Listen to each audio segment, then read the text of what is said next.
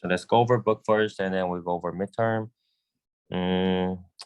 Last time we finished chapter 9, not chapter 9, unit 9, module 9, and then this time module 10. Okay. So I believe both of you have finished reading for module 10 to 13. Yeah. Okay. Now let's just go over some part, and I want you to tell me what is happening here. Okay. If you can explain it, like okay, well, then we can just skip it. If you have trouble explaining this, then I will explain that. Okay. This helps me to understand how much you have understood the reading. So module 10 is about nervous system. This is something you have to remember, and this is also some common sense. Okay, so let's start with Taurus. Taurus, do you remember this chart? Could you go over just a little bit about what these nervous systems are about?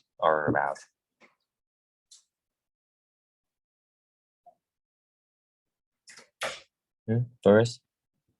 So central nervous system, peripheral nervous system, what are they referring to? Central is it's like the brain and spot. Yeah, it says there. It's the brain and spinal cord. Yeah, and peripheral. The central like makes the decisions. And like this one. Peripheral nervous system is it connects the CNS. Central brings this away. Central nervous system. The peripheral connects the central nervous system to like where? The nerves. To where? To the nerves. Okay, the nerves themselves are the peripheral nervous system. Okay, so the nerves themselves are connecting central nervous system to where? To the rest of the body. Yeah, to muscles. Yeah, especially to muscles and sensors on our skin, right? Because our skin can sense warmness. What about organs again? Does it connect to organs? And also organs too. Yeah, all the organs, all the muscles. Organs there are muscles too, right? So muscles, organs, everything in your body, you connect them to the central nervous system. Okay, that's the peripheral nervous system. That's a bunch of nerves too. Okay. What about autonomic and somatic? Autonomic is autonomic.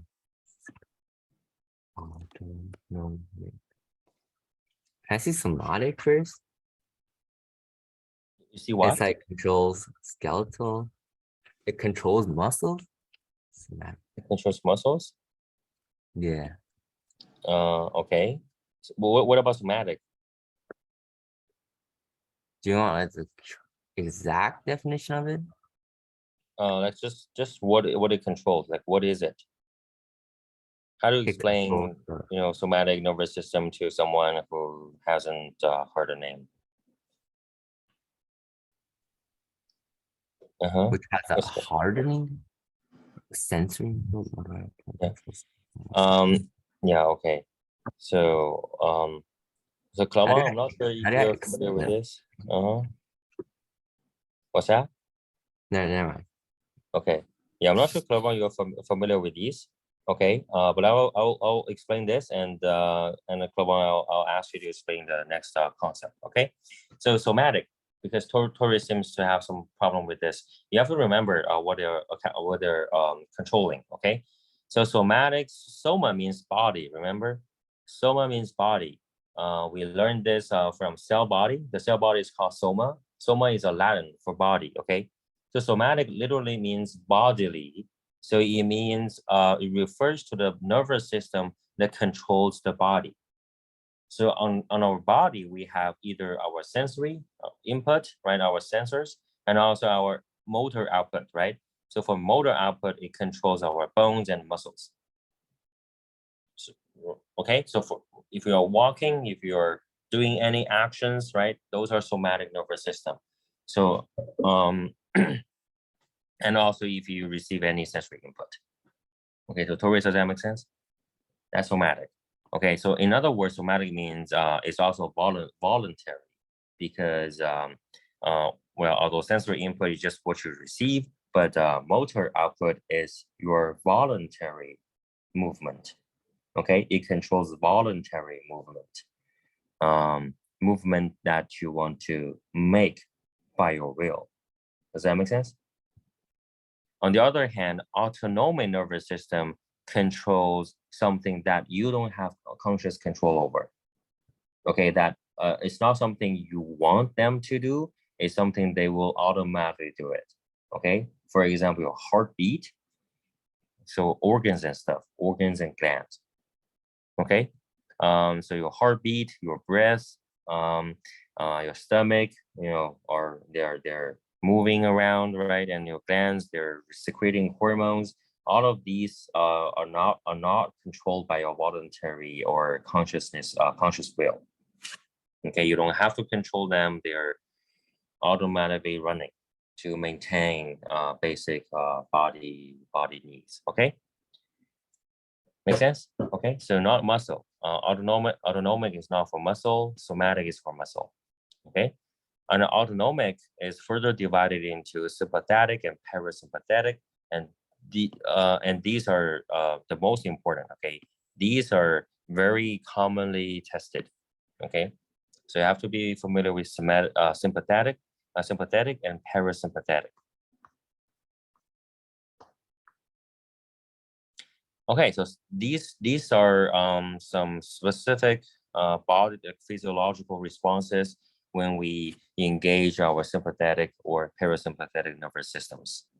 Okay, so sympathetic is for arousing and parasympathetic is for calming. And these are just some responses that you have to remember. And these are not hard to remember because basically for the arousing part, this is the part you will feel when you get excited, when you get scared or just excited for any reason. Okay, for the calming part, the parasympathetic part, these body physiological responses are just the responses that you will have when you are calming down, when you're sleeping, when you're relaxing, when you're drowsy. Okay. Do you guys need me to explain any of the physiological response here? Yeah, and all of these are autonomic, right? So you can't really control your pupil or your heartbeat or digestion. They are just they are self-regulated, autonomic. Okay, autonomic nervous system. Okay, and the central nervous system.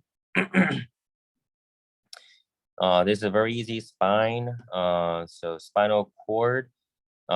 Things you need to remember are sensory neuron, interneuron, and the motor neuron. Okay, and these are very easy. So, right, sensory input, and there's interneuron to process it, and gives you an outgoing information to motor neuron. Okay, so basically, what you feel something bad, it goes into a spinal cord. Interneuron processes it, right, and the interneuron tells you have to move your hand away. And so you move your hand away, and this is called a reflex arc. 中文叫反射弧, right? Okay, I think you guys familiar with it. It's very simple biology. Any question? No. Okay. Second part, endocrine system. This can be really hard. So, endocrine system secretes hormones.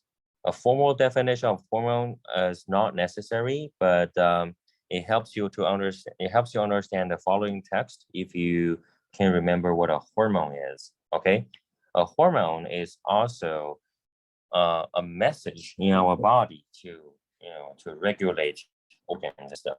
Okay, regulate organs and tissues and stuff. Okay, the signal is a chemical signal and it travels through bloodstream. It's manufactured or secreted by glands. Okay, so if you wonder what glands are just some organs that secretes hormones, that manufactures and secretes hormones. Okay, any part of your body that secretes hormones, we say they're glands. Okay, And once they secrete like the glands, they can secrete some chemical messages, and they travel through your blood system, and it goes to their target organs or target tissues, and this kind of stuff is called a hormone. Okay, so what kind of hormones do we have? So Clavon, could you go over the the types of hormones that and these are type of glands, right? So see if you can remember any hormones with their associated glands. See if you remember any. Maybe let's go over this. Adrenal glands secrete what kind of hormone? Is it like, what's it called? Like, is it like the thing you do, like, is like the thing you get like when you exercise, is that one of them? Yeah, exactly. It's called epinephrine. Endorphins. Yeah, no, not endorphin. Epinephrine. Is endorphins a hormone? No, endorphins are neurotransmitters. Remember? Oh. Okay, so neurotransmitters exist in synapses, right? You have a neuron, you have an axon, and at the end of axon, it branches out, and you have another neuron, many other neurons, and they have dendrites to receive information, right? So between axon and dendrites, we have a synapse, remember? So look something like this, right? So the presynaptic neuron or the sending neuron is this neuron, right, which is the axon here. And then the receiving neuron is these neurons over here, right? They're at the receiving end. So in the synapse, there's a gap, remember? And between the gap, we have neurotransmitters. Okay, and endorphins are neurotransmitters. So they only exist in the brain, and they only exist between neurons, between gaps, like in the gaps between neurons. Does that make sense? So Torres, does that make sense? Neurotransmitters are not hormones. Hormones are secreted by glands. So for example, adrenal glands or your testes, right, your balls, these are glands, and they secrete chemical messages. They're also chemical messages, but they are not neurotransmitters. They secrete some hormones into a bloodstream. Notice that they secrete into bloodstream, not synaptic gap, okay? Neurotransmitters are released into synaptic gaps. Hormones are released into the bloodstream, into the blood vessels, okay? And it travels around your body, and neurotransmitter does not, right? Neurotransmitters only travel across the synaptic gap, which is really tiny, right? Very, very tiny. So they're totally different. Does that make sense? Yeah, okay. So adrenal glands, they do secrete something when you exercise, but that thing is not endorphin. That thing is called epinephrine, right? Or adrenaline. Do you guys know what adrenaline is? Adrenaline or epinephrine. They refer to the same thing. They just just the same substance, same chemical message, same hormone. It just has two names. Okay, so are you familiar with adrenaline and epinephrine? Yeah. That's something you get in your body when you get really scared and when you ride on a roller coaster or something like that, right? Okay. So in neurotransmitters, we learned norepinephrine. Remember? So norepinephrine, you just take this part, epinephrine. That's the hormone secreted by adrenal glands. Okay, and that is the hormone that triggered the fight or flight response. Okay, so you guys know what fight or flight response is? The response you get when you're ready either to fight or to run away from a predator. Yeah. Well, if you get a big exam tomorrow, say you get an AP exam tomorrow, and you're gonna feel the nervousness, right? The nervousness, that feeling of nervous, is the fight or flight response. Okay, you either fight the exam means that you're gonna prepare for the exam and you're gonna study, And if flight from the exam, that means you don't take the exam at all. Okay, you basically just give up. Okay, so maybe any one of you. So what about pancreas? What hormone is secreted by pancreas that can regulate the level of sugar in your blood? Have you guys ever heard of it? What stuff, like what thing regulates the level of sugar in the blood? Diabetic patients, people with diabetes, they Is it what's it called? they No. inject. Insulin or something like that? Yes, yeah, something like that. What did you say? Insulin. Insulin. Yes, very nice. Insulin. Torres 听过吗？这个胰岛素啊，中文叫对吧？ Yeah, insulin. Okay, so insulin is secreted by pancreas. Okay, so regulates level of sugar in the blood. So insulin is a hormone. Again, insulin is a chemical message, right? It is secreted by glands, and when it's secreted, it goes into the blood and it goes through the body. It travels across the body. Okay, make sense? So that's why it's a hormone. Okay, so for the others, sexual organs, they're very easy. Testes, testes is they just secrete male sex hormones, which is called androgens. Remember, androgens. Okay. For females, we have ovary, and ovary is the female sexual organ, and they secrete female sex hormones, and they're called. Does anyone of you remember? Female sex hormones are called estrogens. Okay, estrogens. All right, and then we have two more. But these two are rarely tested, so you don't have to remember. Thyroid is for metabolism and metabolism. Yeah, thyroid for metabolism, and parathyroid is to regulate the level of calcium in the blood. Okay. And two most important are hypothalamus and pituitary gland. Okay. So does any one of you remember what they are? Because they're the most important among all. Anything you can recall from your reading?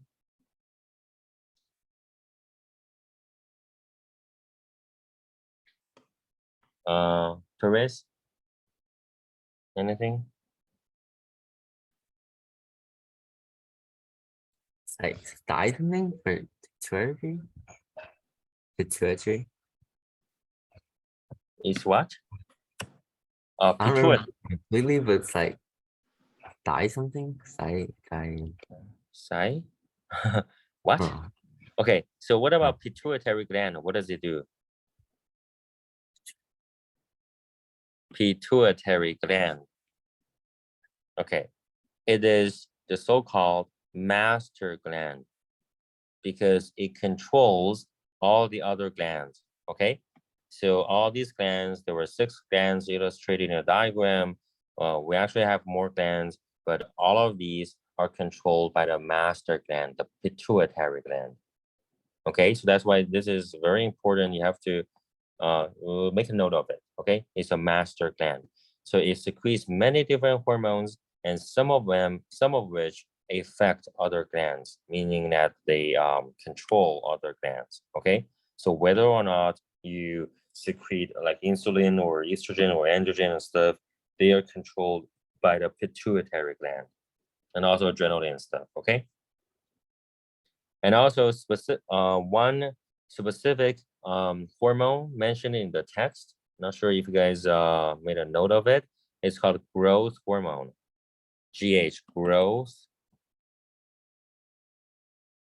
hormone. Okay, so growth hormone is secreted by one part of the pituitary gland, and it controls how tall or how big you grow to. Okay, so growth hormone, if you have a lot of them, in teenage period, in adolescence, then you're gonna grow taller. If you have too much, you're gonna grow too tall. You're gonna have the so-called giant syndrome. Giant syndrome. You get too tall. And Yao Ming, you guys know, right? Yao has this syndrome. Okay, so that's why he's so tall. So too much growth hormone is not a good thing. On the other hand, if you have too less of it, that's not good either. You're gonna become a midget. Okay, so not good. And then growth hormone, they peak at night. They peak at night. Okay, so that means if you want to grow taller, you should probably go to sleep earlier, right? So it peak around 1 to 3 o'clock. So you want to go to sleep earlier in order to become taller. Okay, and also if you eat anything during night, that means you're gonna grow a lot of fat. Okay, because that's when growth hormone peak. Okay, what about hypothalamus? Hypothalamus, it just says here, right? It controls the pituitary gland. Okay, so pituitary gland does control all the other glands, but it also listens to hypothalamus because, for example, how does the pituitary gland know whether or not to release, to secrete insulin? It has to have a way to detect the level of sugar in the blood, right? So the reason why it knows the level of sugar in the blood is not because of itself, it's actually because of hypothalamus. Hypothalamus monitors a lot of stuff in your body, okay, including your blood sugar level, including, say, calcium level, including water level, including many things, okay? So hypothalamus tells pituitary gland to release more or less of something, and the pituitary gland just does it. Does that make sense? So hypothalamus is like the boss here, and pituitary gland is more like a secretary. Okay, so the boss tells the secretary to do something, and the secretary tells, well, the workers, okay, workers or whatever employees to do things. Does that make sense? Okay. All right. So that's why we have another very important concept that's very frequently tested. It's called HP something axis. HPX axis. What this phrase refers to is that so any gland, say adrenal gland or pancreas, they always listen to pituitary gland, which listens to hypothalamus, right? So to release any hormone, we have to go through this so-called axis. Hypothalamus detects something to do, and it tells pituitary gland, and pituitary gland tells X here means any other gland. We can fill in, okay? So in AP psychology, we only test this one. We only test adrenal gland for this axis, okay? So that's why in the exam, you would only see HPA axis. HPA axis means hypothalamus, pituitary gland, adrenal gland. This cycle, this axis, okay, this chain of command. Okay, make sense? The reason why we test on it is simply because, well, this is one of the most important thing, one of the most important physiological responses in our body, because it triggers fight or flight response. It tells us whether or not we gonna, face a challenge and crumble over it, or we fly away from a challenge. Okay. So Does that make sense? HPA axis. Any question about any glands or pituitary gland or hypothalamus here? Okay. That's module 10. Okay, just two stuff.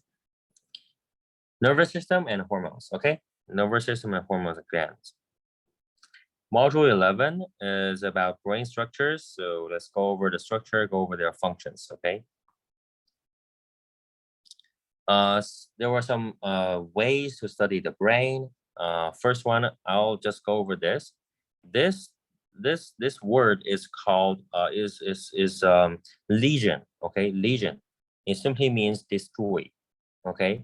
In physiological studies in psychology, we use this word instead of destroy when we talk about to destroy some brain tissue, to destroy some neurons. Okay.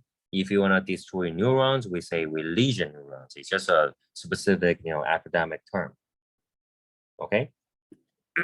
So maybe in lay people's language, we say brain damage, but actually academically we say brain lesion. Brain lesion means brain damage. It means destroy the brain. Okay. So in the past, to study how the brain affects our mind, how the brain assists our mental functions, we use lesion study. Of course, if you bring people in and destroy part of their brain, that's certainly unethical, but we can do this on animals, right? So we can do this on animals. We can take cats, we can take rats, we can take dogs and monkeys, and we lesion some part of their brains, and then we see what happens to them. Okay, make sense? And also, although we don't voluntarily or willingly lesion people's brains, but we can study people's brain damage or brain lesions, right?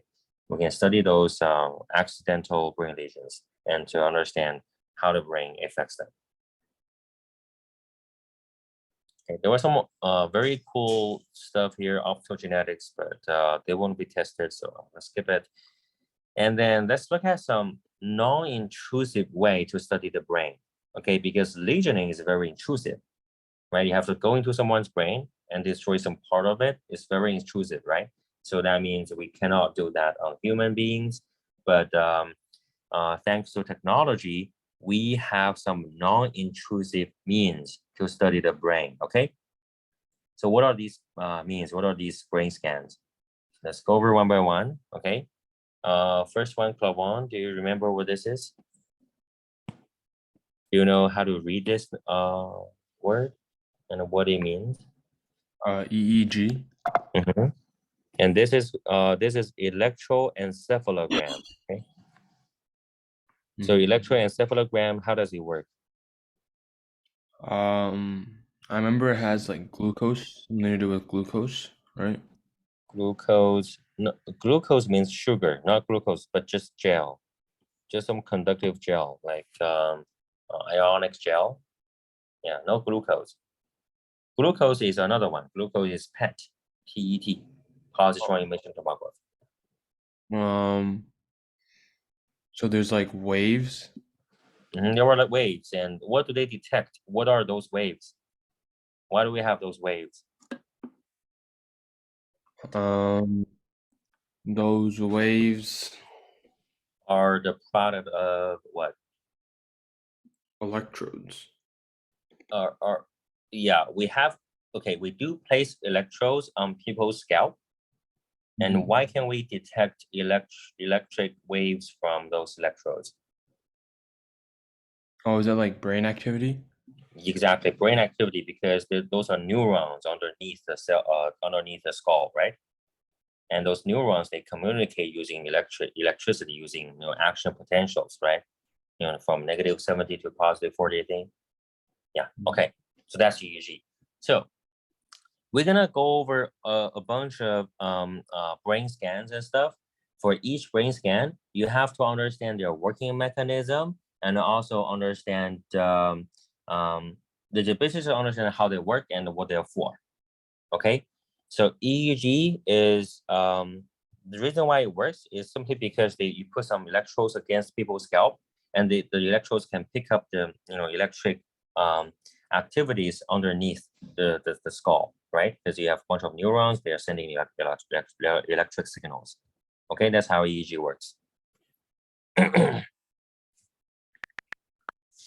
Okay, maybe have a look at it. Basically it's like this, bunch of electrodes, or just a cap, and a cap with a lot of electrodes, right? And then the image you produce looks like something like this. Okay. All right. Next one, Torres, MEG. Anything you can recall? The satellite.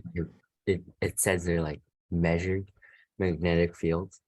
Magnetic fields. Why do we have magnetic fields in our brain? Why do we have magnetic fields in our brain? Yeah. Why do we have magnetic fields in our brain? Here. Because there are electrical activities, right? Remember, EEG detects electrical activities, and electrical activities action potentials, right? Because neurons are firing. Okay, and because there were electrical activities, there will be magnetic fields. Because magnetic fields and electrical activities, they give rise to each other, right?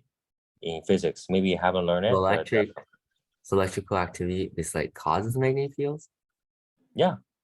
Whenever you have electric, you will always have magnetic fields. Yeah, and also if you have magnetic fields, you will have electric. They give rise to one another, to each other. Okay. Maybe if that's in physics. Maybe you haven't learned it. Okay, but Maxwell, magneto electric functions. Okay. Anyway, it's just a physics concept. Okay.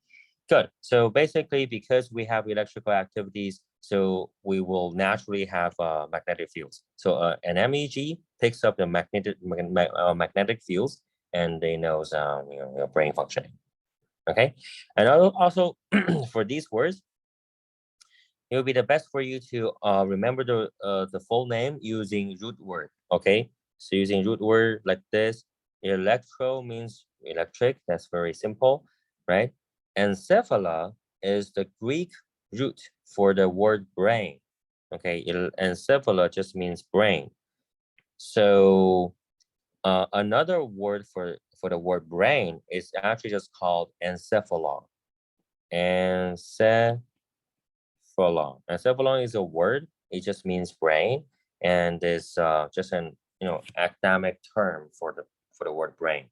So, for example, if you study psychology, if you study neuroscience, you could do second year university, you will see a bunch of encephalons in your textbook.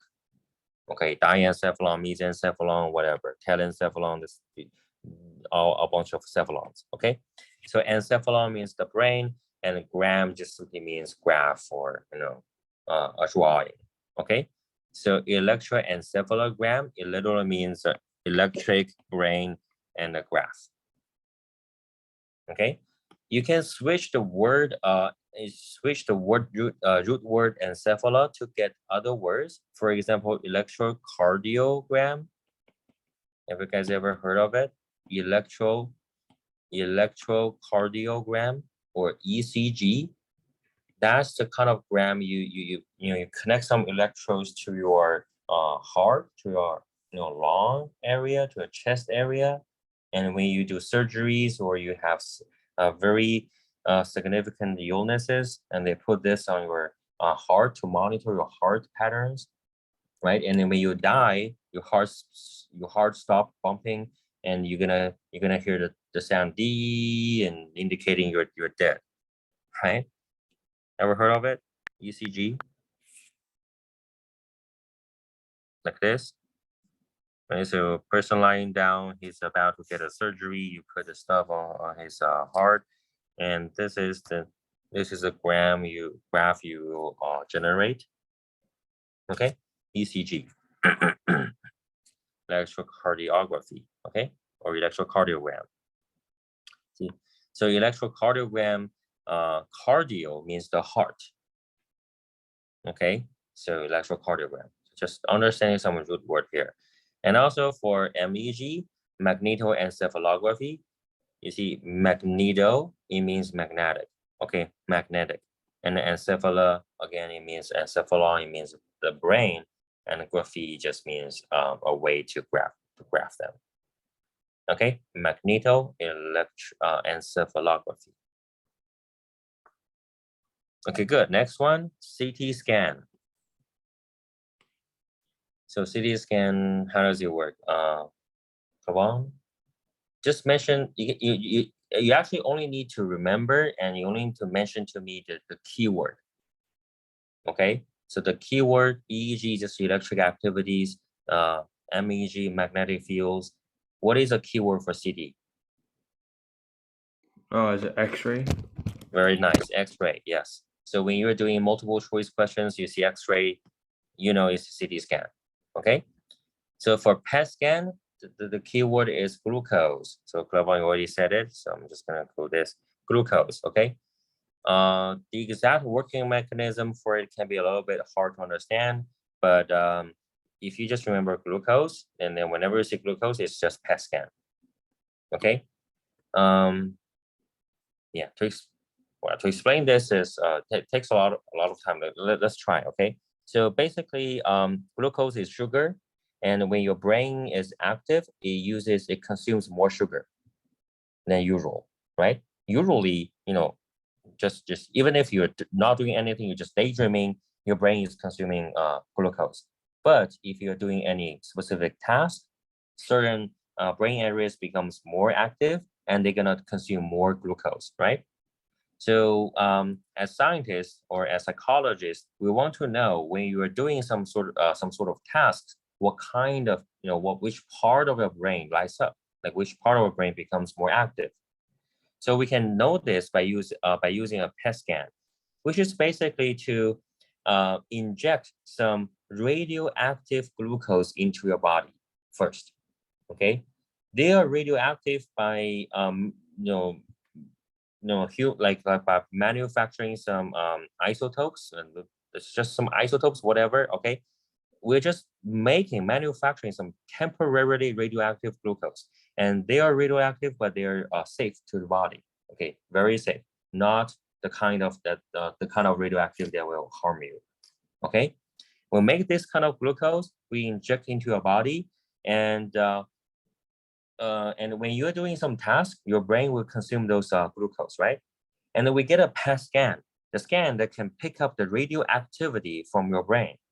And if we have more radioactivity in the brain area, then we would know that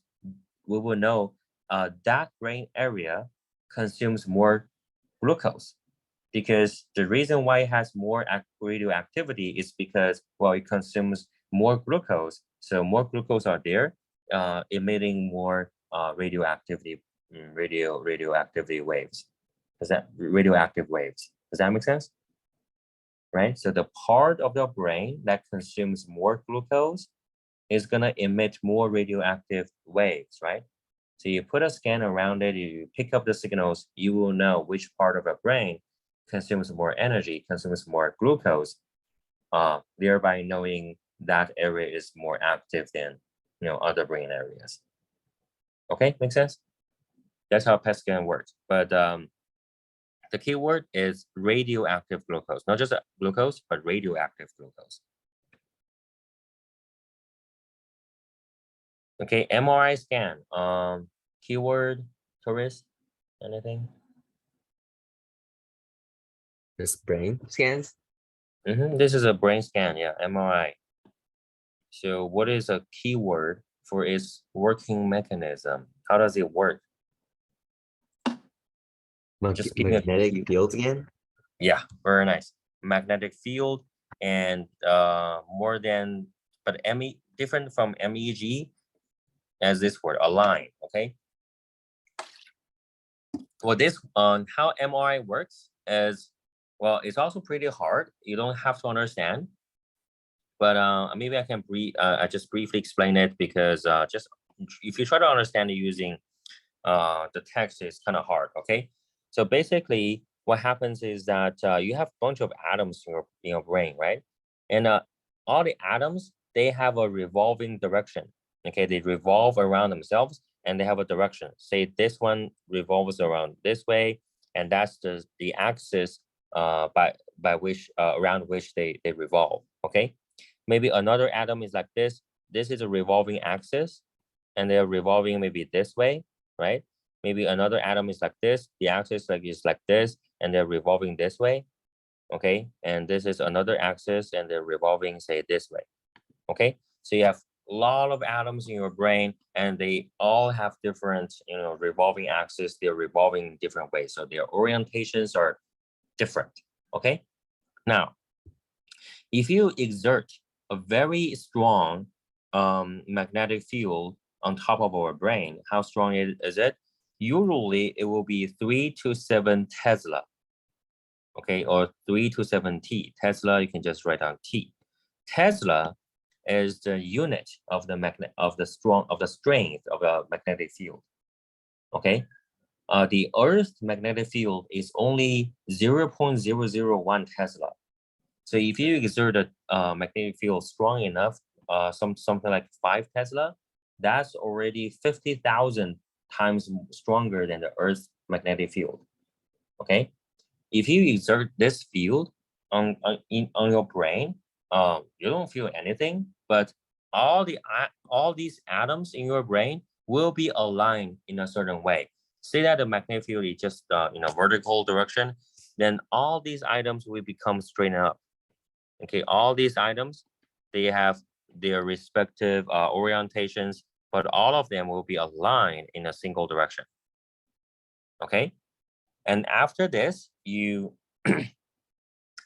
you retrieve this the magnetic field. Okay, you just make the magnetic field go away, and then all these atoms, although they are aligned now, they have a tendency to go back to their original revolving axis, revolving orientation. Okay, they want to go back to their normal spin, and when they go back to their normal spin, they emit some signals. They emit some waves. Okay, and again we get a machine, an MRI scan that can pick up these signals and measure the strength of these signals, and so that we can know what happens in our brain. Okay, that makes sense. So the whole process is pretty long, but you just need to remember the keywords. The keywords are just aligning atoms, aligning spinning atoms using a strong magnetic field. Okay. Okay. So if that makes sense, here is study outcome that comes from MRI scan. Something you should know is that through MRI scan, we see that schizophrenic patients have larger ventricles. Okay, these are called ventricles here, enlarged ventricles. So ventricles are in the middle of your brain. It has fluid in it. Okay, so literally your brain is floating on some fluid. Okay, those fluid are called cerebral spinal fluid. Okay, your brain is floating on cerebral spinal fluid. Okay, and those fluid goes through the ventricles, and you have a bunch of different ventricles. Okay, but anyway, you just need to remember that schizophrenic patients have enlarged ventricles using MRI scan. That's what we can see. Okay. So stuff like this, I'm not sure if you guys have paid attention to this while we were doing the reading, but this can well appear in the AP exam. Okay, they can give you multiple choice question and asking schizophrenic patients, they have enlarged ventricles. Okay, maybe give you, I don't know how they will ask you, but it might be a multiple choice question. Okay, so stuff like this, when you do the reading, you wanna make a note of it. You wanna spend some time to remember these. Okay. fMRI. So whose turn is it? Clavon, right? So Clavon, what is the keyword for fMRI? What do you think?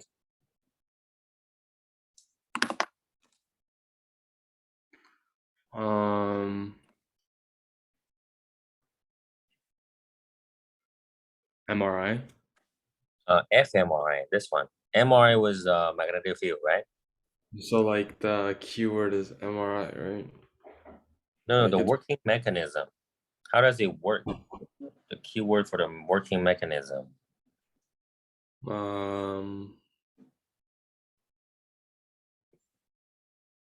This part, how does it work? comparing MRI scan, Comparing, and then see Oh, you Show see thick brain areas activate. okay, it's actually blood flow. It's Blood actually flow. blood flow. Okay, so here where the brain is especially active, blood goes there, right? Because blood brings sugar, brings glucose and oxygen. Okay, so actually what fMRI is monitoring, it is monitoring the blood flow in your brain, and to be specific, whether or not the blood is carrying oxygen.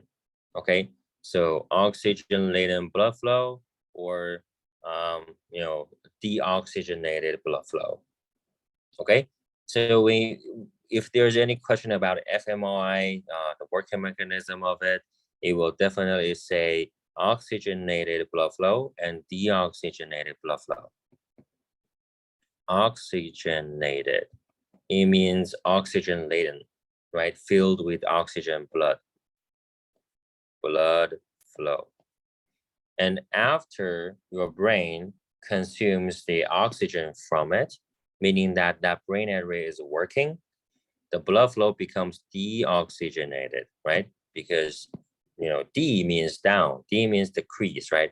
Deoxygenated means the blood flow is without oxygen, lacks oxygen, because, the oxygen has been used.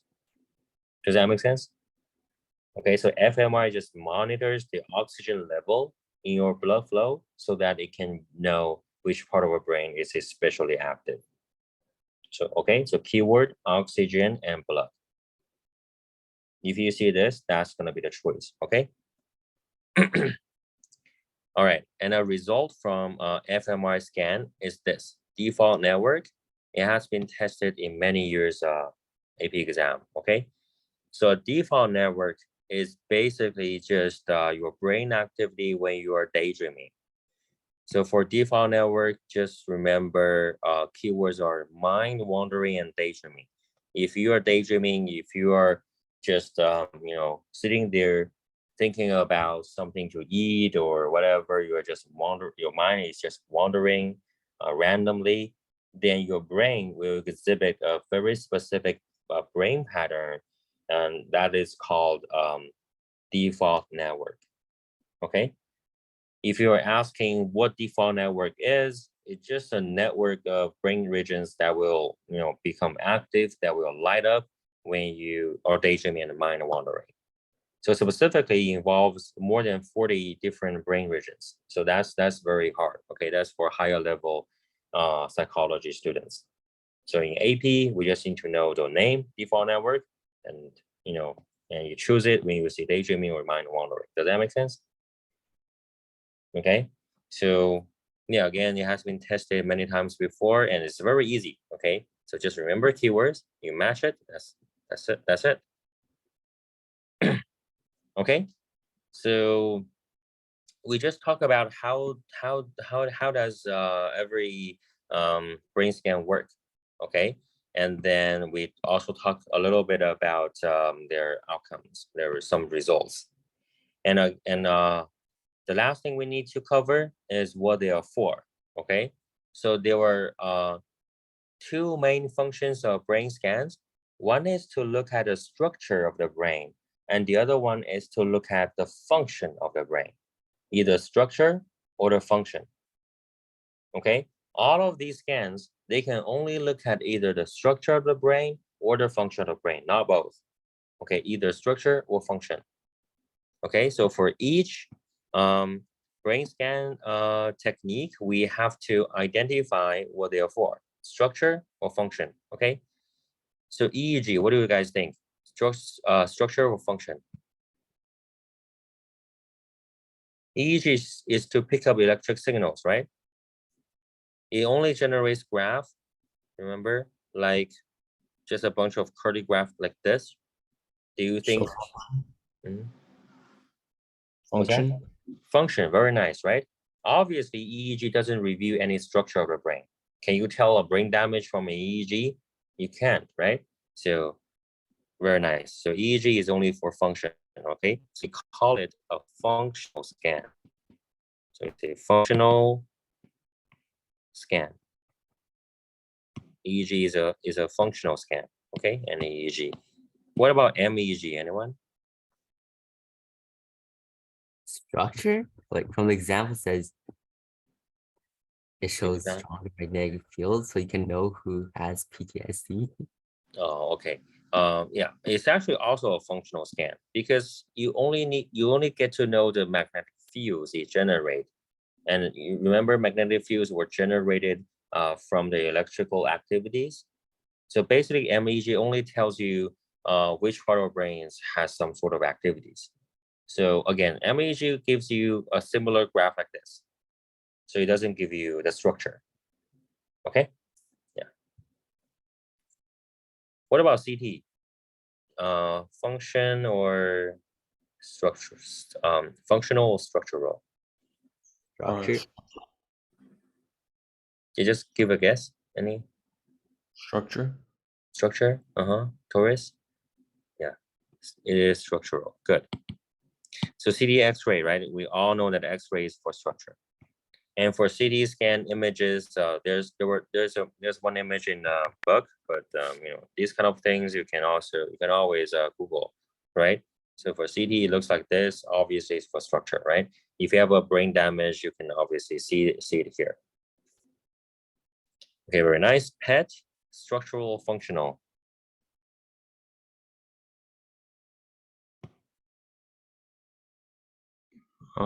Functional. Functional, good.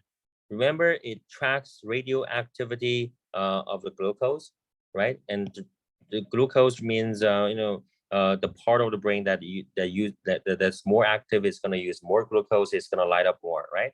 So it's specifically for functions. So a functional scan. Okay, the image of a PET scan is something you must have seen before in media. You know, like this. You see. So it does reveal a little bit about the structure, but the main purpose of it is to review the function. Because if we want to know the structure, we just use CT scan or MRI. MRI is also CT scan. MRI is also structural scan, right? So you don't actually look at this to look at the structure. You look at this to understand their functioning. So a functional scan, MRI, I just said it is a structural scan. So we use MRI when we need to do some like more detailed examination because MRI has a better resolution than CT scan. Okay, it produces clearer images. Okay, so usually, for example, if you are diagnosed with any brain damage or CT scan and MRI scan, you can also use it on bodies other than brains, right? Other than brains, you can also use them on bodies. So if you are suspected to have a tumor thing, you're gonna first have a CT scan. They see, okay, there's a cyst, there's something, maybe a tumor in your organ or in your brain, and then you're gonna do an MRI to look at it in a clearer way. Okay, MRI produces clearer images. What about the last one? fMRI, functional structure.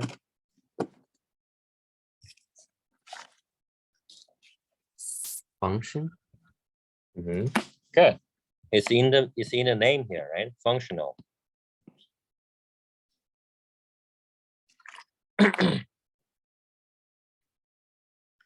The name has told you is it's functional. Okay. Again, it measures the oxygen level and blood flow. So again, your brain activity.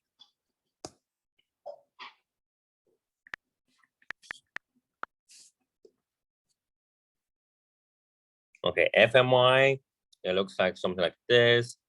It's based on MRI, so you can see some similar stuff like MRI, but it's more about revealing your brain activities. Okay, so this is a very common fMRI image. Okay. All right, and there's one final scan, and that's here. It's a relatively newer scan, a newer technique. It's called diffusion spectrum imaging. Here, diffusion spectrum imaging. Sometimes it's also called diffusion tensor imaging, tensor, okay, which is a physics term, okay? So diffusion tensor imaging, or DTI, produces an image like this, okay? So what DTI is for, what these are just some axons, okay? You see all the fibers here. These are neural fibers or axons. So DTI only reviews axons. Since it only reviews axons, what do you think? Is it functional or is it structural? Structural. Structural, very nice, because it only reviews axons, right? It's different from CT and MRI in that the CT and MRI just gives you an image of the whole brain. You can see a tumor, you can see a brain damage or a stroke, something like that. But you cannot see all the axons, right? But DTI can review all the axons. So if you have any sort of concussion, brain damage, traumatic brain injury, anything like that, you can use DTI to see it, because the essence or the nature of a concussion or brain injury is simply the disruptions or the eruptions of axons. Okay, if these axons are broken, then that's the nature of brain damage. Okay, so DTI is basically used to review brain damage and concussion stuff. Okay. Its working mechanism, if it hasn't been tested before, but for its working mechanism, it's also based on MRI, and it tracks the water molecules in our brain. Okay, so it's also an MRI technology. It tracks water. So, okay, a very little chance this will be tested. You just remember water. So the keywords, remember, fMRI is blood flow, PET is glucose, and DTI is water. So they all have different keywords. So you will always know which is correct one. Okay, so moving on. The next part, we are gonna cover some basic brain areas. So first, brainstem. Let's go over this, see if you guys remember. So Torres, so brainstem consists of two parts, pons and the medulla. Do you remember any of them, any function of them? You need to remember the function, okay? So pons, what does it do? What does it? I think one of them, I think medulla controls breathing. Breathing and heartbeat. Maybe? Yes, very nice. Breathing and heartbeat. That's medulla. Very good. What about pons? Pons. Come on, anyone? Yeah, medulla is here. Heartbeat and breathing. And pons is for sleeping. Okay, sleeping. Let me see. Where is it? Okay. I don't know where it is. Let's see. Pons.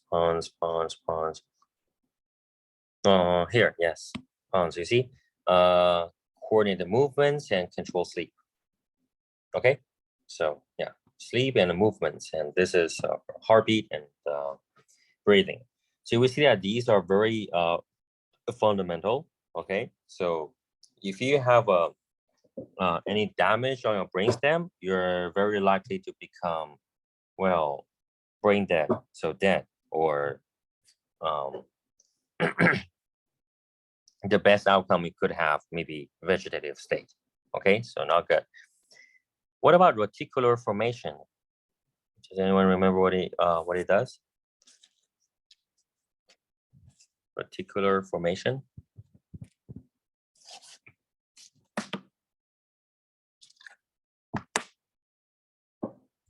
No, nothing.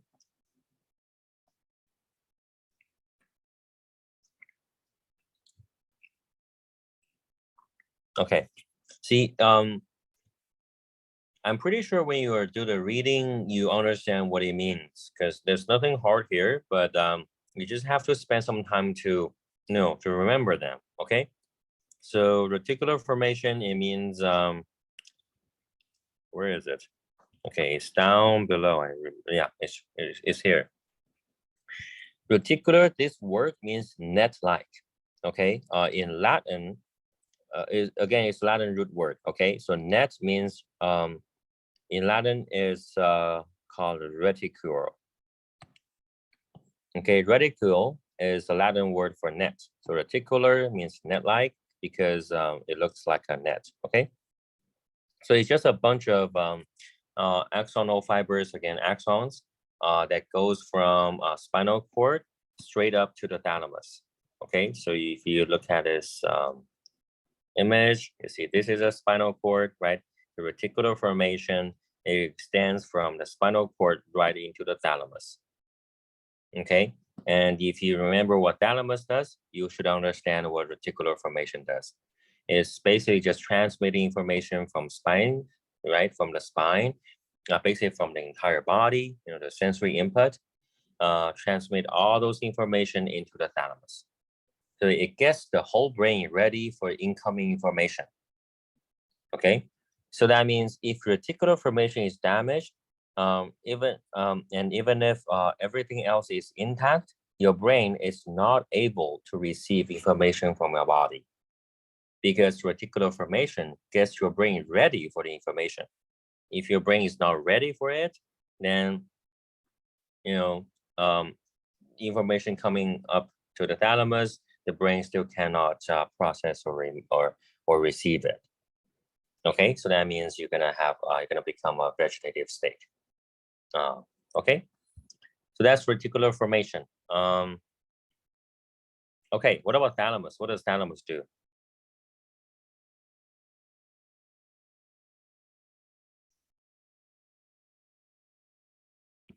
Here, receives information and routes that information to the brain regions that deal with them. Okay, so what thalamus does is basically a relay center. It relays information like a data center, like a cloud center, like computer. If we use computer analogy, okay, or you could think of them as mailman. Okay, they are mailman, they're postman. They receive mails from everywhere, and then they deliver mails to where they should be delivered. Okay, so they receive sensory information from all over the body except smell. Okay, other than smell, audition, vision, any tactile information. Okay, all of these will first go into thalamus and then be relayed into their appropriate brain regions. So visual information go to visual cortex, auditory information go to auditory cortex, sensory information go to sensory cortex, that kind of stuff. Does that make sense? Okay, that's what a thalamus does. So if you remember what thalamus does, then you will see that reticular formation makes a lot of sense, right? Because reticular formation, it goes from the spine right into the thalamus. So it transmits, those incoming information from the body to the thalamus. Okay, any question? Okay, what about cerebellum? What does it do? Oh, what does it do?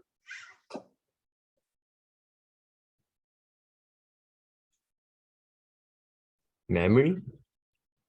Memory? Cerebellum? What kind of memory? Just like regular memories?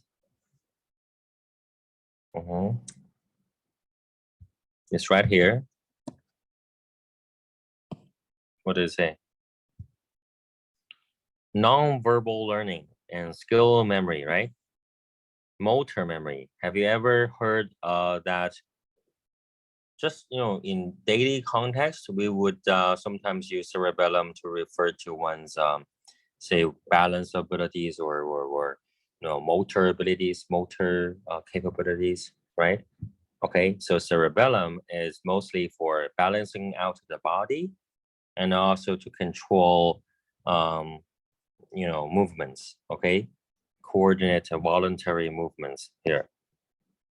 So for example, a footballer like Cristiano Ronaldo or any basketballer, LeBron James, they have exceptional motor abilities, meaning that they must have an exceptional cerebellum.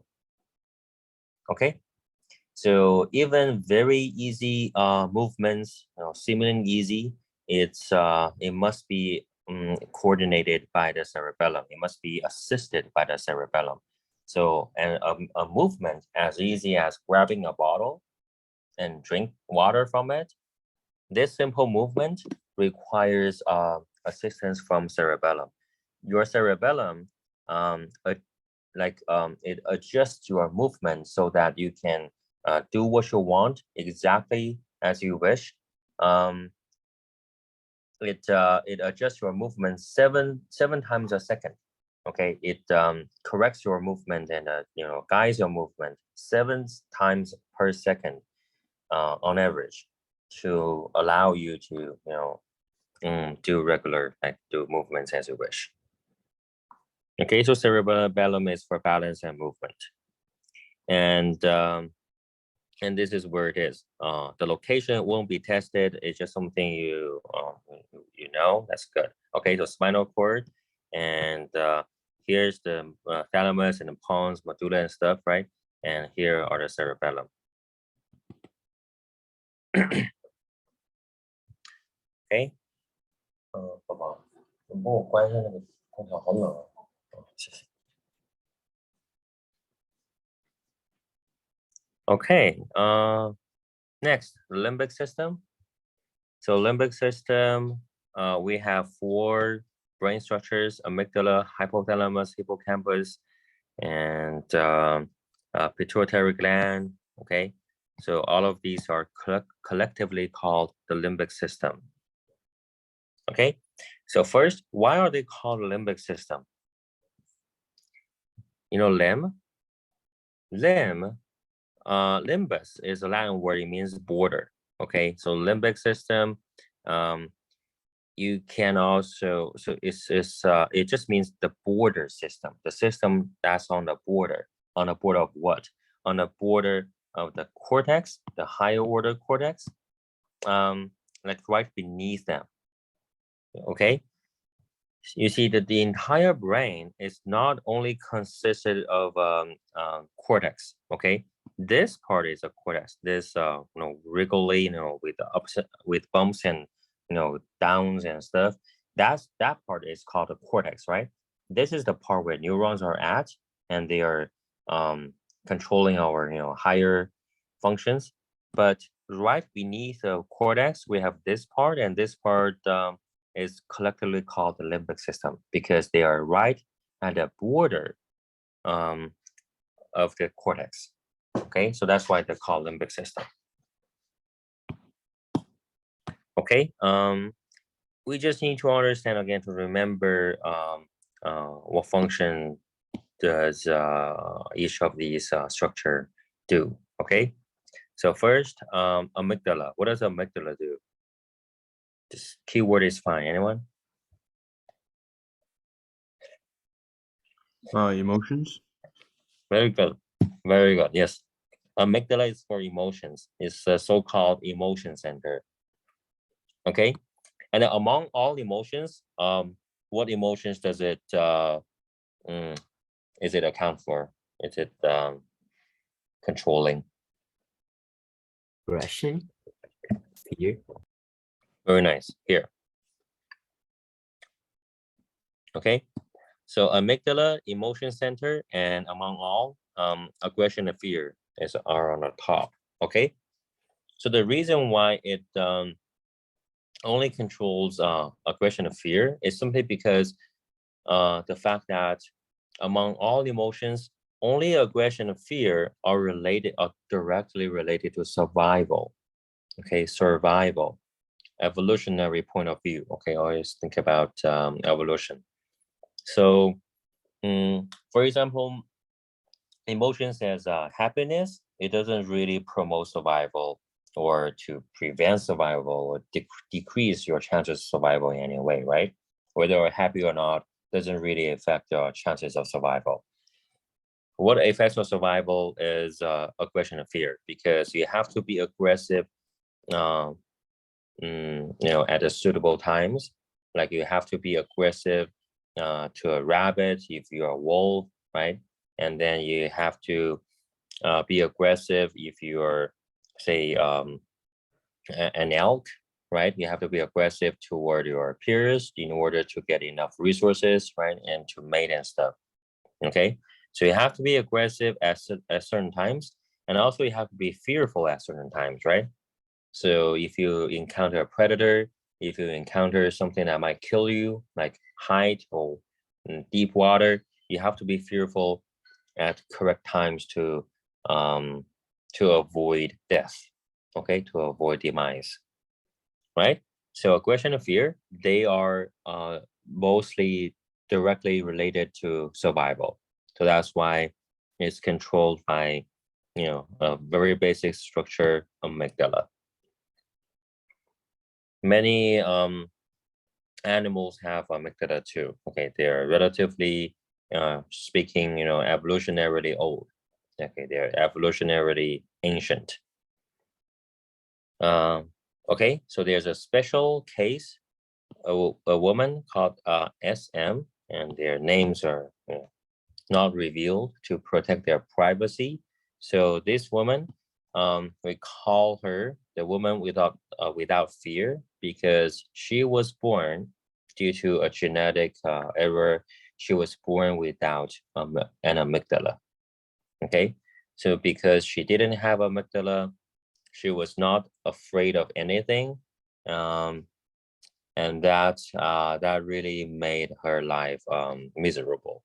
Okay, so for example, she wouldn't be afraid of height, so that's why she many times she just jumped down from a really tall place, like 2 or 3 meters high, and that made that injured her. Okay, and also even if she was pointed, Does she she was feel threatened. pain? She does, but she doesn't feel fear. Okay, and even if after many injuries, she still cannot form fear, cannot have fear, because the part of the brain that controls fear is gone, is never existing in her brain, right? So she knows pain, but she just doesn't feel that scareness. Okay, so that's why she doesn't have fear. So that's why she repeatedly do something that hurt herself.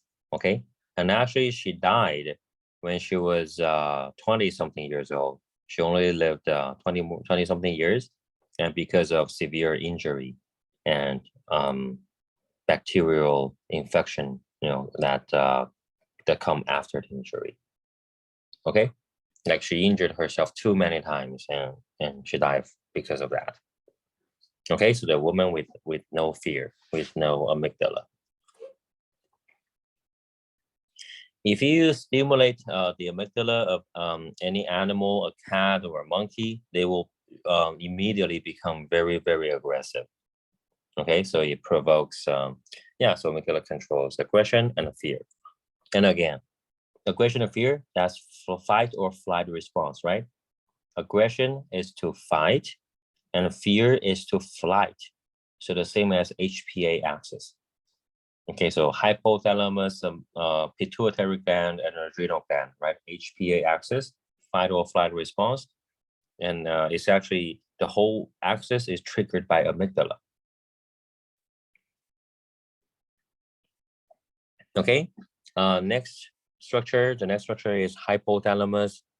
Does anyone remember what it does? The HPA part, right? Hypothalamus, pituitary gland.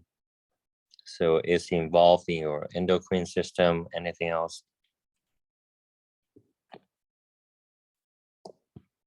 Okay, here. All right, hunger, thirst, body temperature, and sexual behavior. Basically something related to your survival, related to your comfort, right? Comfort, if you're too cold or too hot, and sex. Okay, so very basic survival needs and comfort needs. Okay, The reason why it can affect these things, one of the major reason is that it actually controls the whole endocrine system. Okay, hunger and thirst, they are more related to hormones than to neurons. Okay, the reason why you know you're hungry, why you know you're thirsty, is well, we have to thank to our hormone, okay, our endocrine system, and also our sex, right? The reason why you have sex desire, remember, that's because of a testosterone. Okay, testosterone, remember, Flavon? Okay, testosterone, androgen, right? It affects your sexual feelings, right? Sexual desire. So all of these are hormones or endocrine system. That's why they are controlled by hypothalamus. So to find a keyword to cover all of these is this, okay? Homeostatic or homeostasis, if you use the noun for it. Homeostasis. Homeostasis. So the noun homeostasis refers to a homeostatic internal state, or just simply a steady internal state. Okay, what this means is that if you are not hungry or not thirsty, or if you don't experience any of these, it means that you are at a steady internal state, right? Your body is in a steady internal state. You don't have too less energy, you don't have too less water, everything is at their optimal level. That's a steady internal state. Okay, when you are thirsty or hungry, you're lacking something, right? You lack food, you lack water, and that's going to break your homeostatic internal state. That's gonna tip your homeostasis. Okay, and once your homeostasis is broken, you have to find a way to restore it. Okay, by drinking or eating or having sex, whatever. Okay, so yeah, you have to restore homeostasis, and that's what hypothalamus does.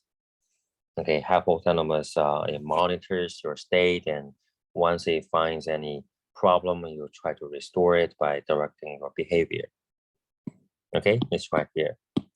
The reason why it is called hypothalamus is simply because, remember thalamus from the limbic system, right?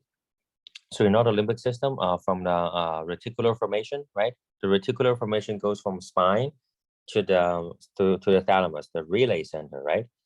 So the thalamus is here. If you look at this CT scan, this is, see this part, pons and the medulla, right? Reticular formation goes from this spine all the way to the thalamus, and thalamus is this ball-like structure. Okay, and this is a reticular formation. Pons and the medulla is here. They are here. Okay, so this is a thalamus, and a hypothalamus is directly beneath it. Okay, so that's why it's called hypothalamus, because hypo means below, means beneath, means below, means too less, too few. Okay, so hypothalamus below the thalamus. Okay, I hope that makes sense. And then yeah, there's some experiments here. You should have a look. I'm just gonna skip these and make it faster. What about hippocampus? Anyone? What does hippocampus do? Memory.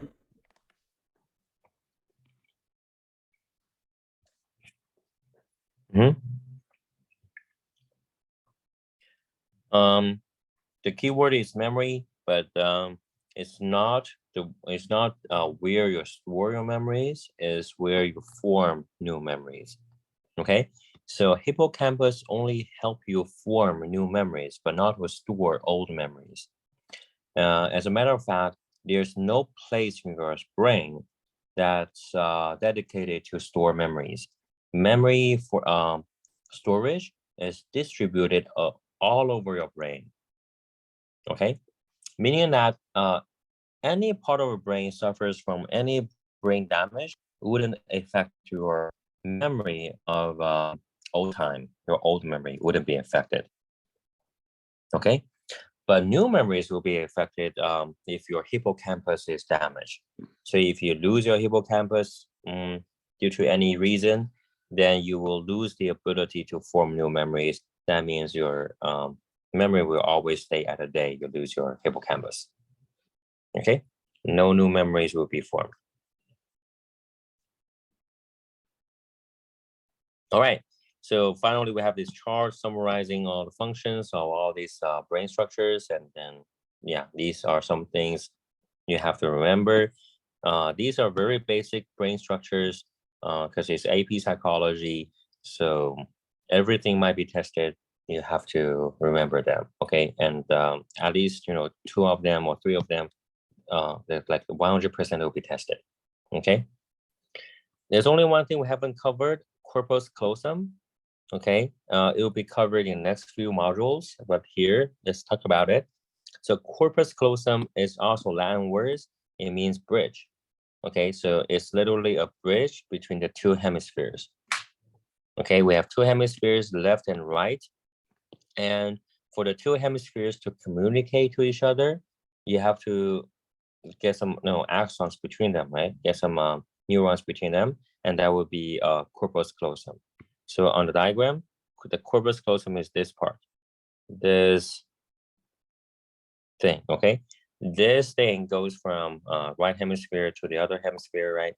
So yeah, so that's the corpus callosum. It connects 2 hemispheres, okay?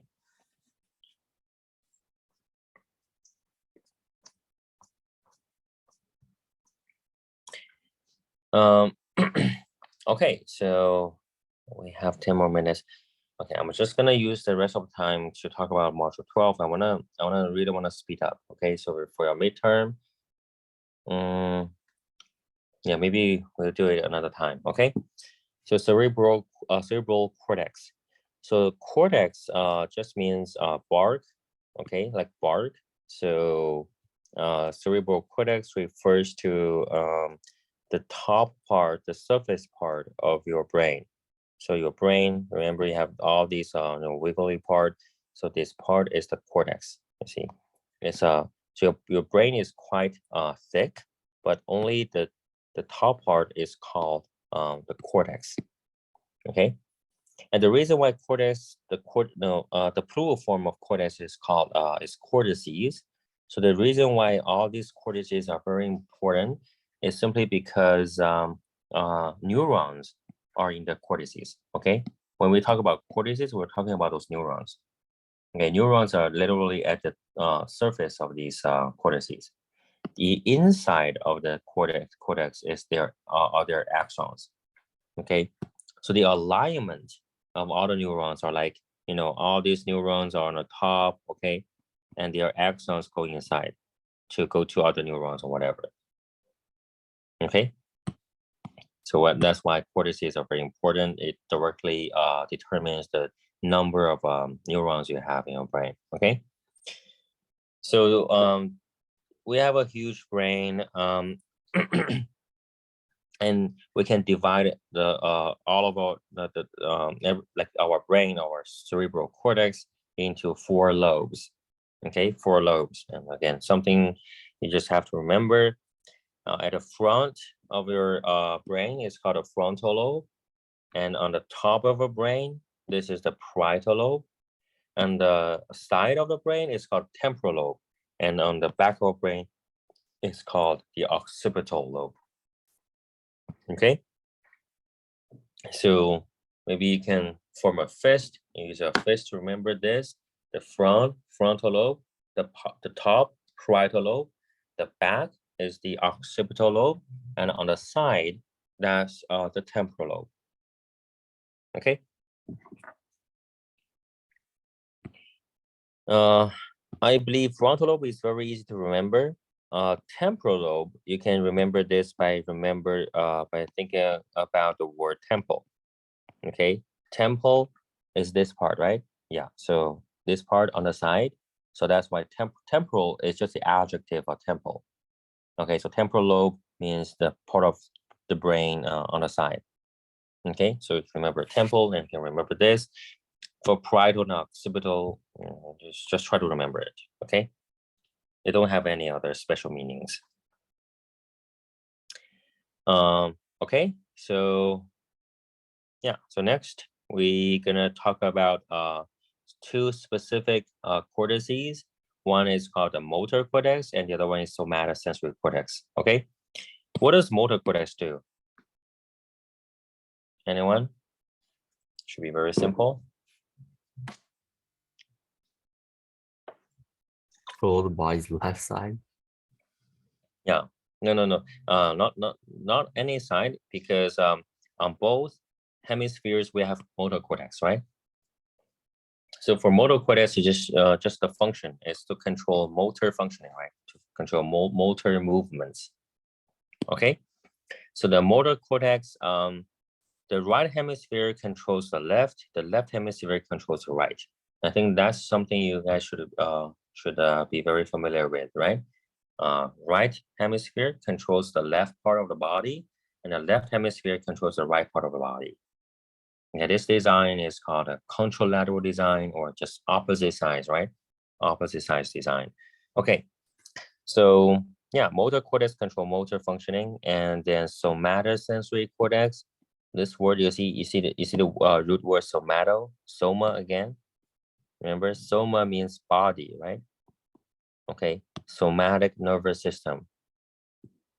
Okay, so somatosensory cortex, it means body sensory cortex. So somatosensory cortex is the cortex that receives sensory information from your body.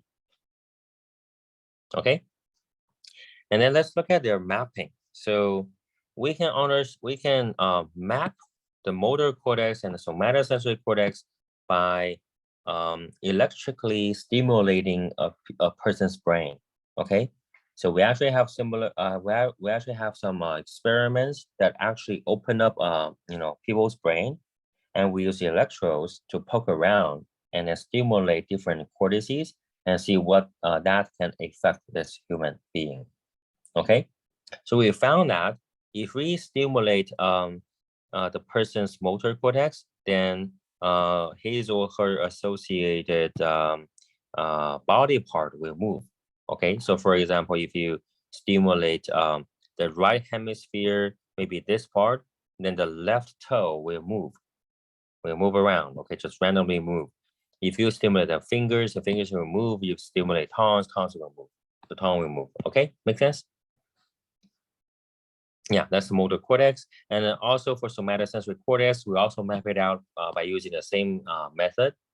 If you stimulate, say this part, the hand finger part of the somatosensory cortex, then the person will report that he or she feels some feelings on his or her hands or fingers. Okay. Again, if you stimulate neck, they will report that their necks have some feelings, that kind of stuff. Okay. I hope I explained it well enough. Yeah, we use electrodes, all right? So after we map out, you will see a very strange pattern, is that the brain cortical representation of your body parts is disproportional to the real size of the body parts. What I meant by this is that, look at this, your trunk, your hip, your knee, your ankle, this is basically the major part of your body, right? This occupies much more space than, say, your fingers or your eyes or your face or your tongue, okay? But in your brain, they occupy just a little bit of brain area compared to these, right? You see, for example, just your hand has a bigger brain representation than the sum of your trunk and hip and knee and ankle.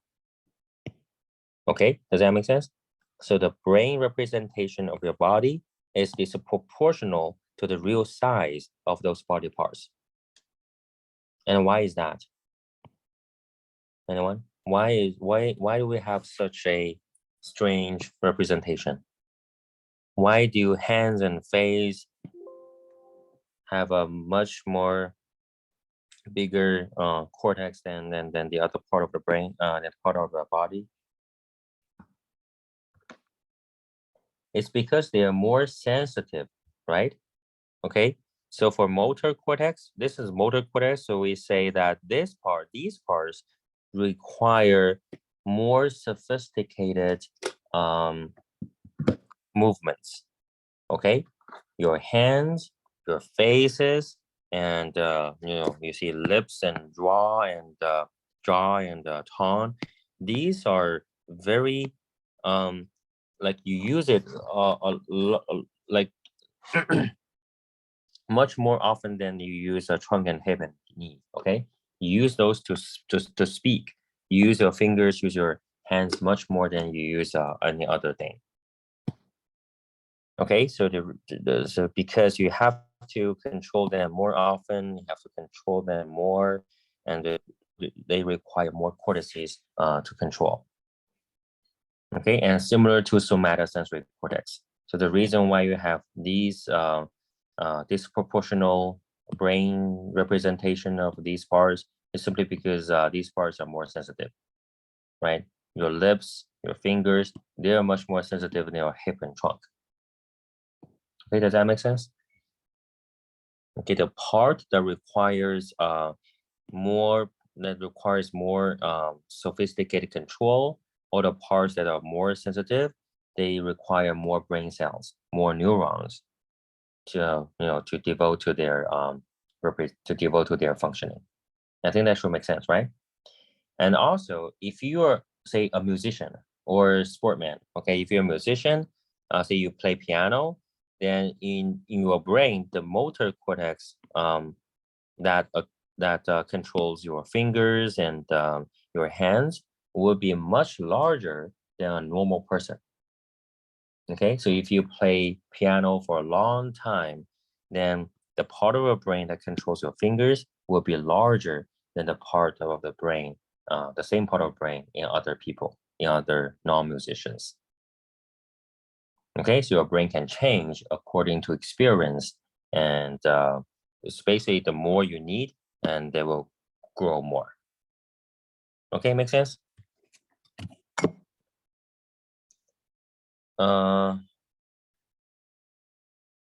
All right, I think we have to stop now because I have another class. Okay, so that'll be for today, and for your homework, please continue. Basically, unit 3 is finished. If you finished module 13, module 14, 15, they're very easy. Okay, 15, 14, 15. Just have a look, browse through, and then go to unit 4. Okay, unit 4 maybe another 3 modules, and if you have time, please review your midterm and see if you can figure out the wrong questions. If you cannot figure out the wrong questions, just let me know, or let your parents know. Just find a way to let me know, and maybe next time we can talk about them. Okay, try to correct the questions on your own, and then yeah, if you just don't understand why, then let me know, and in next during class we can talk about it.